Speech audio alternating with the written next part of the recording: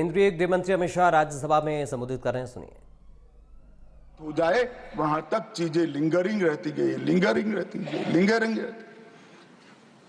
मोदी जी के आने के बाद उरी और पुलवामा में हमला हुआ। 10 ही दिन में पाकिस्तान के घर में घुसकर सर्जिकल स्ट्राइक और एयर स्ट्राइक कर जवाब दिया।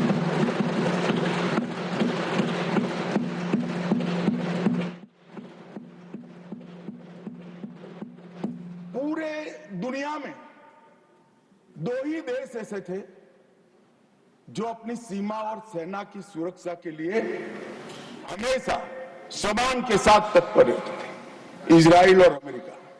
वो 2 देशों की सूची में मेरे महान भारत का नाम जोड़ने का काम नरेंद्र मोदी, और वहीं से शुरू हुई आतंकवाद के खिलाफ जीरो टॉलरेंस की नीति। मान्यवर, हम सब जानते हैं धारा 370 कश्मीर के अलगाववाद का मूल था। हम भी कभी अलग हो सकते थे, ये भाव के बीच धारा 370 के अंदर डाले गए थे। मगर हमारे संविधान निर्माताओं का भी मैं बहुत मनपूर्वक धन्यवाद करना चाहता हूं। बड़े दूरदर्शी थे, उन्होंने इसको टेम्पररी बनाया था और धारा 370 को हटाने का बीज भी धारा 370 में ही डाल दिया गया। मगर राजनीतिक मजबूरी, वोट बैंक की पॉलिटिक्स, हमारे पुरखों ने धारा 370 डाली है, हम नहीं हटाएंगे, ऐसी जिद धारा 370 को लेकर चलती रही, कई सालों तक चली। और मान्यवर, यही सदन में 5 अगस्त 2019 में मोदी जी ने धारा 370 को समाप्त। हमारे संविधान निर्माताओं का वो स्वप्न कि एक देश में 2 प्रधान, 2 विधान, 2 निशान नहीं होंगे, कैसे हो सकता है? देश में एक ही प्रधानमंत्री हो सकता है, देश का एक ही संविधान हो सकता है और देश का झंडा भी एक हो सकता है। कैसे एक देश में 2 विधान, 2 प्रधान, 2 निशान हो सकते? मगर चलाए गए, सालों तक चलाए गए और 5 और 6 अगस्त 2019 को इस देश में एक विधान, एक प्रधान और एक निशान का नया दौर, और वहीं से शुरू हुआ कश्मीर को हमेशा के लिए भारत के साथ एकरूप करने की प्रक्रिया। सबसे पहले डोगरी, हिंदी और उर्दू को राज्य की भाषा का स्टेटस दिया गया। मान्यवर, भ्रष्टाचार रोकने के लिए कोई एंटी करप्शन ब्यूरो की वहां रचना ही नहीं थी, क्योंकि रोकना ही नहीं चाहते थे। इतने सालों के बाद एंटी करप्शन ब्यूरो वहां बना। देश के सारे कानून वहां स्वीकार कर लिए गए, चाहे महिलाओं के अधिकार का हो, दलितों के अधिकार का हो, आदिवासियों के अधिकार का हो, बच्चों के अधिकार का हो, ये सारे कानून वहां स्वीकार कर लिए गए।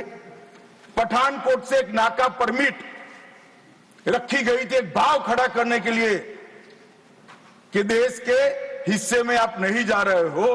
पठानकोट की नाका परमिट को नरेंद्र मोदी जी ने समाप्त कर और नया दौर शुरू हुआ, लोकतंत्र का, खुशहाली का, विकास का। आज ये कहते हैं क्या परिवर्तन आया है? मैं ध्यान से सुन रहा था, धैर्य न रहे ऐसे उकसाते थे, मगर मैं जवाब जरूर दूंगा।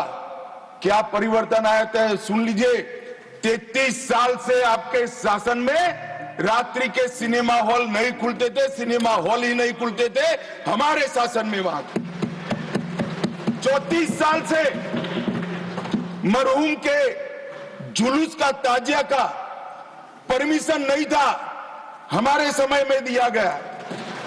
G20 की बैठक में दुनिया भर के डिप्लोमेट्स वहां शांति से गए, कश्मीर की संस्कृति, संगीत, खाना और कश्मीर की खूबसूरती को एंजॉय कर कर वो अपने अपने देश में वापिस गए।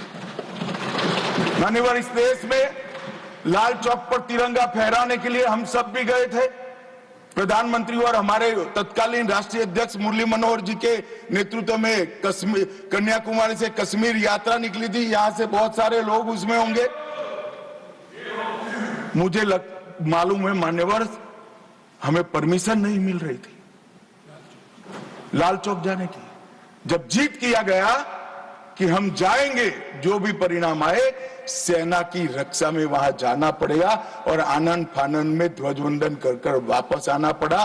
वो ही लाल चौक पर हर घर तिरंगा में, एक भी घर ऐसा नहीं था जहां तिरंगा नहीं। श्रीनगर में फॉर्मूला 4 कार रेसिंग हुआ,